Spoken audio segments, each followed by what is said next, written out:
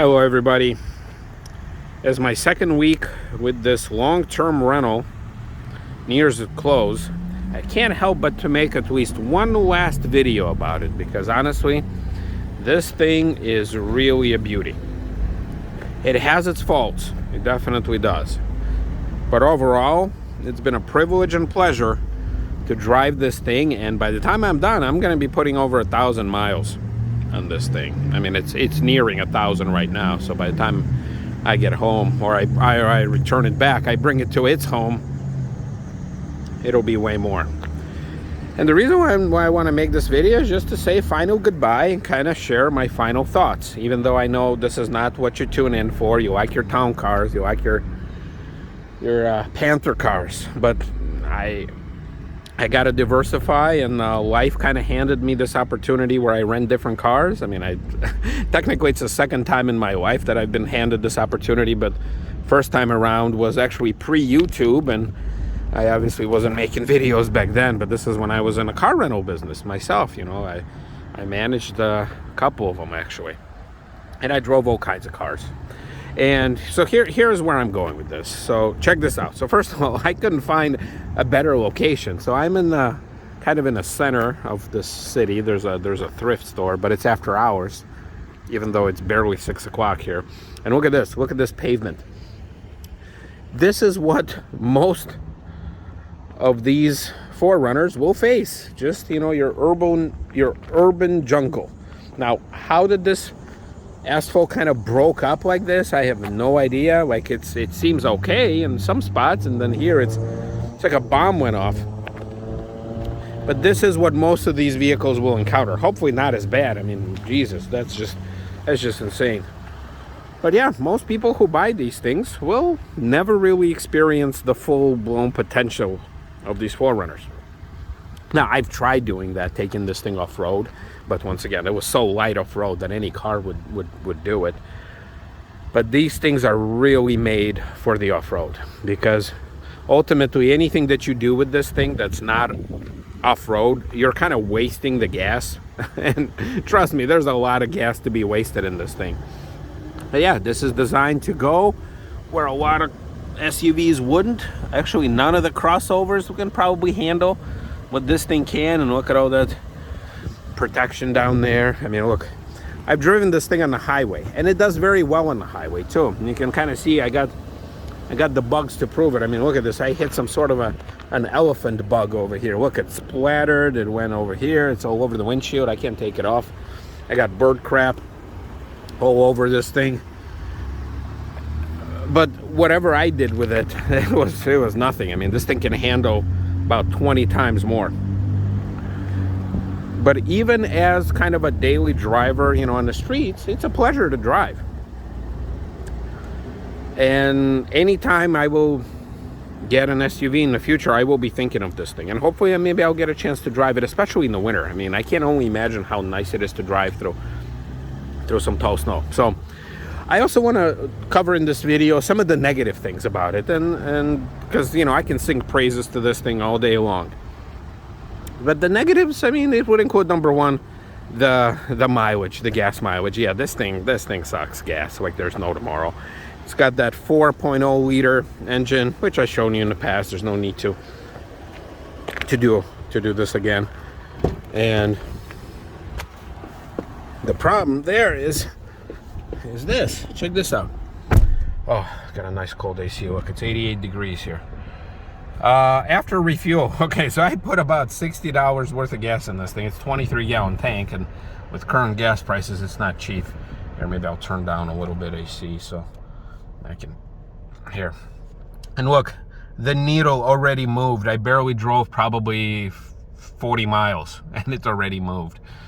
And after refuel, I'm averaging 17 miles per gallon. And this is a V6, come on. Why couldn't they update it?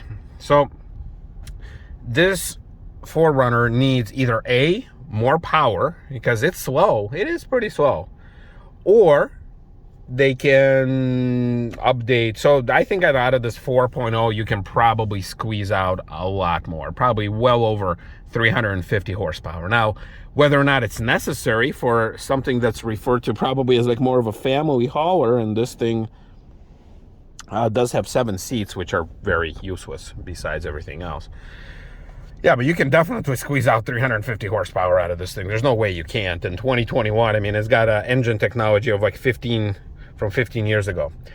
Or they need to shrink down this engine, because since this thing doesn't have a whole lot of power, you know, you can leave the power the way it is, but just give this thing some sort of a 3.5 liter engine and it'll be just fine. So, and obviously this would have to be redesigned and along the line of, I think it shares the Toyota Tacoma territory. Because ultimately, if you're off-roading, you don't need a lot of power. If you're literally pounding this type of pavement, which we're gonna do just for fun, okay, then you don't need it. So I would go smaller engine, leave the power alone, and make this thing do, you know, over 20 miles a gallon, because this thing is it's really bad. All right, look, as of right now, I drove 913 miles in this thing. Some of the other stuff that I would like to kind of comment on, yeah, get rid of all these dead switches. I mean, these blanks are all over the place. Not sure why you need such a huge climate control. But that's even not the worst of it. Get rid of some of these economy things. Like, there's no need to have a whole screen dedicated to trip information and miles per gallon when this thing is barely averaging 17 miles per gallon. And especially the little econ light that shows up there. It's like, come on, who are you kidding? Like, this thing is ridiculous. So all this stuff that they crammed in here, thinking that people are gonna look at there and be like, wow, you know, okay, the range there, you got the range there, you got this graph that's pretty useless. I love the fact that we're averaging every once in a while like 5 miles per gallon, but every once in a while it jumps to like be above 20. But yeah, so that's another thing. Get rid of all the economy stuff. Everything else, I mean, I don't know, like maybe add automatic climate control, auto lights, because here you have an auto high beams button, which it tells you got to switch to your high beams to activate it, which I am. Let's see. Yeah, okay, there you go. But it's kind of useless feature. But other than that, that's about it. I wish that there were more SUVs like this out there. I mean, I really do. And I hope that they do keep making them, because there's still some room to be had in a segment where, you know, you want to feel substantial in an SUV. And that's kind of where I am. Now, I will give you the one last update when I'm back out on the road. This will be tomorrow. But for the time being, I'm just gonna put it in drive, get out of this very empty parking lot that has some sort of a thrift store in it that's not even open. It's not even 6 o'clock. So, but that's a small town. That's small town stuff. Everything closes down. Look, auto mufflers. Oh, that's this place. Okay, auto mufflers. There's some sort of other Hannigan's Automotive. That's pretty sure closed. Oh, there's a, look at that. There's a Chrysler 300 and a Buick Rendezvous in there. That's an odd couple. There's actually another Chrysler 300. Look, I think it's a Saturn View over there. Yeah, it is an American car galore in this town. I've seen more Panther cars that I can count. I mean, I wish I could start filming all of them, but you know, kind of dangerous in this neck of the woods. So anyway, yeah, let's see when we're back on the road, and I will I'll give you one last update, and then I promise you no more 4Runner until I get one next time. Look at that orange truck. All right, hitting the gas. Oh yeah. Oh, okay, it already shifted. Yeah, this thing it's slow. In case if I didn't make this absolutely clear, it is slow and it's addicted to gas. So, all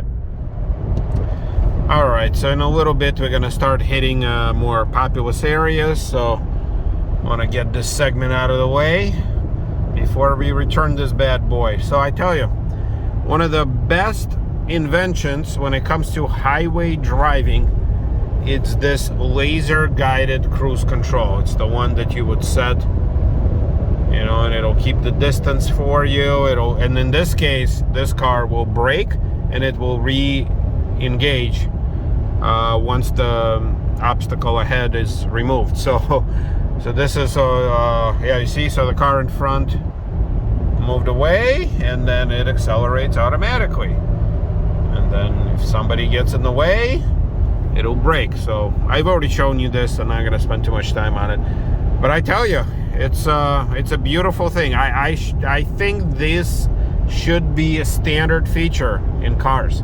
I mean, it's a safety feature, it's a great convenience feature.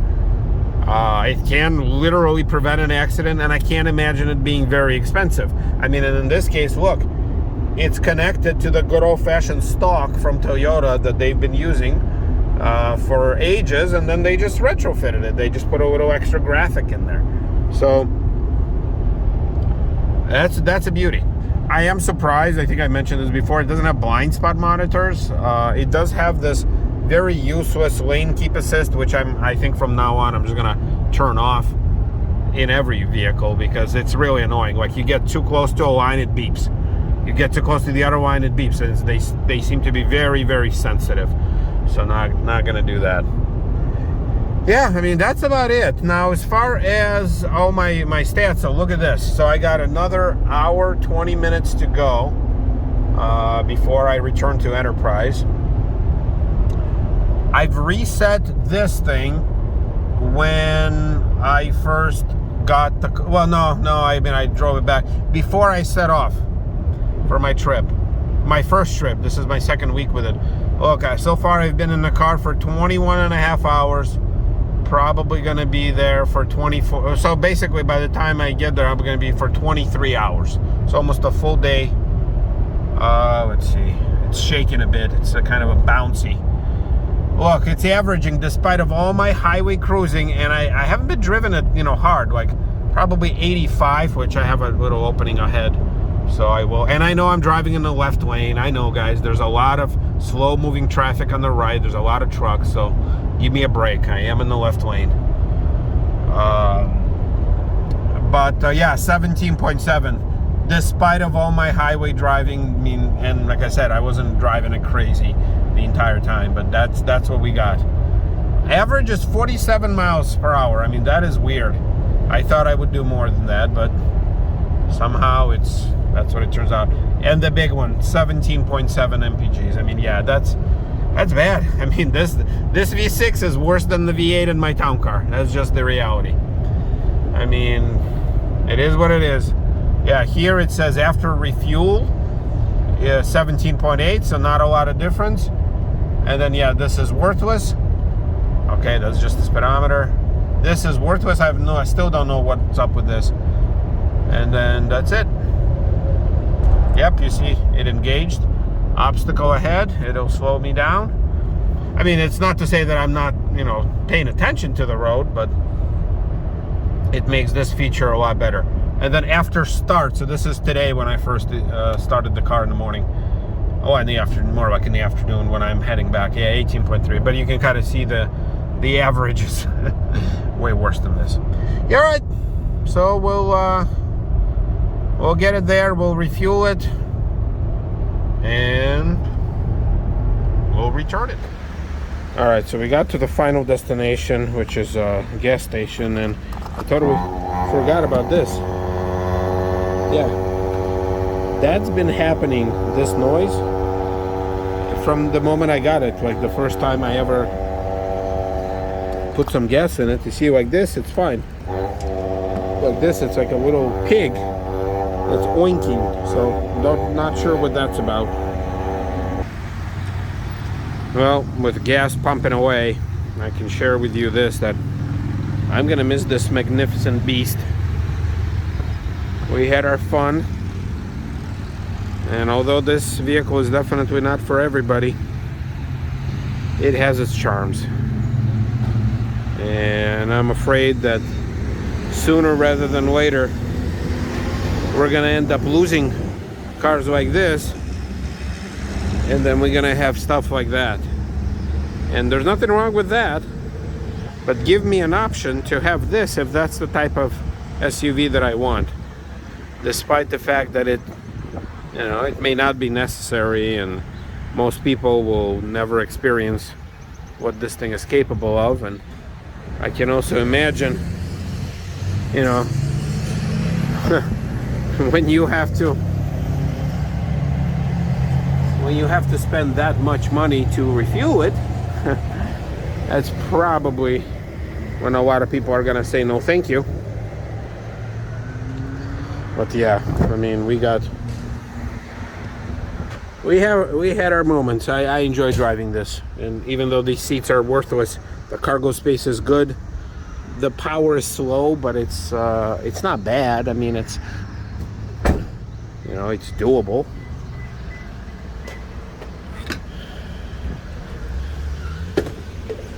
And the engine, yeah, I mean, the engine is thirsty. There's no way of putting this. So that's 3/4 of a tank. I mean, a 342 a gallon. I don't know if you guys can see that. And you see now it's not winking at me anymore. So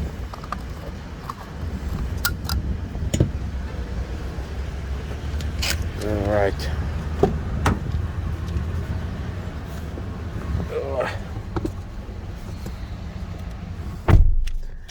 Oh, okay. Well, the Enterprise is like, you know, less than a mile away. So there you go. Have a total tally. Almost 23 hours behind the wheel. It actually, the miles per gallon did go up to 20.4. I was kind of surprised to see that kind of in the last few miles, actually. It went up. So, hey, good. Maybe it's not as bad as I thought. 47 miles per hour still average, but after refuel, obviously it will reset. So here after refuel, I got 18.8. Here for some reason it went up to, oh, well, now it's 20.2, 20.1. Okay, so it's dropping. So it's dropping by the by the minute. All right, everybody. Next time I will take my town car. So see ya.